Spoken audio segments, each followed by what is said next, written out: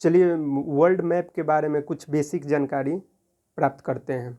PKGS mission में आपका स्वागत है। आइए देखते हैं एक बार। पूरे वर्ल्ड को 7 महाद्वीपों में बांटा गया है। पूरे वर्ल्ड को कितने महाद्वीप में? 7 महाद्वीप में बांटा गया है। सातों में अगर पूछेगा सबसे बड़ा कौन सा है, सबसे छोटा कौन सा है, उसी को देखेंगे। सबसे बड़ा महाद्वीप पूछेगा तो एशिया सबसे बड़ा महाद्वीप है। उसके बाद 2 नंबर पे आता है अफ्रीका आता है, 3 नंबर पे उत्तरी अमेरिका आता है, 4 नंबर पे दक्षिणी अमेरिका आता है, 5 नंबर में अंटार्कटिका आता है, 6 नंबर में यूरोप आता है, 7 नंबर पे ऑस्ट्रेलिया आता है। अब इनमें सबसे बड़ा देश कौन सा है, सबसे छोटा देश कौन सा है, उसको देखते हैं। एशिया का सबसे बड़ा देश देखेंगे तो चीन है, सबसे छोटा देश मालदीव है। अफ्रीका का सबसे बड़ा देश देखेंगे तो अल्जीरिया है, सबसे छोटा देश म्योटो है। अफ्रीका का सबसे छोटा देश म्योटो है। उसके बाद है उत्तरी अमेरिका का सबसे बड़ा देश कौन सा है? कनाडा है। जो अगर पूछेगा तटीय रेखा वाला सबसे बड़ा देश वही कनाडा है। और इसका छोटा देश कौन सा है? उत्तरी अमेरिका का सबसे छोटा देश सेंट पियरे है। उत्तरी अमेरिका का सबसे छोटा देश सेंट पियरे है। उसके दक्षिण अमेरिका का सबसे बड़ा देश ब्राज़ील है। और सबसे छोटा देश इसका फोकलैंड है। सबसे छोटा देश फोकलैंड है। उसके बाद अंटार्कटिका आता है। तो अंटार्कटिका इधर बर्फ़ जमा हुआ है। आर्कटिका उत्तरी गोलार्ध और दक्षिणी गोलार्ध में पूरी बर्फ़ ही जमा हुआ है। तो अंटार्कटिका में केवल बर्फ़ ही जमा हुआ है। तो यहाँ पे कोई देश नहीं है इसमें। उसके बाद आता है यूरोप आता है। यूरोप का सबसे बड़ा देश अगर पूछेगा तो रूस है। यूरोप का सबसे बड़ा देश ये रूस है। और सबसे छोटा देश यूरोप का पूछेंगे तो वेटिकन सिटी। यूरोप का सबसे छोटा देश वेटिकन सिटी। रूस जो है इसका कुछ भाग यूरोप में भी आता है और कुछ भाग अधिकांश भाग एशिया में आता है। तो एशिया में जो अधिकांश भाग एशिया में आता है, लेकिन इसको मुख्य रूप से इसका हेडक्वार्टर पड़ता है यूरोप में। रूस का जो राजधानी है वो पड़ता है यूरोप में, इसीलिए जो रूस है वो यूरोप का ही भाग माना जाता है। उसके बाद आ गया ऑस्ट्रेलिया। ऑस्ट्रेलिया का सबसे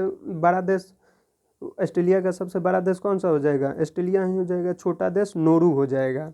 अब इसमें देखेंगे कि हम एशिया का सबसे बड़ा नदी कौन सा है और एशिया का सबसे बड़ा नदी, तो एशिया का सबसे बड़ा नदी है यांगसी टिक्यांग नदी है।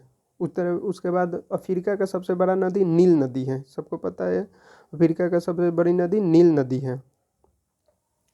उसके बाद है उत्तरी अमेरिका का सबसे बड़ी नदी मिसौरी नदी है। उत्तरी अमेरिका की सबसे बड़ी नदी मिसौरी नदी है।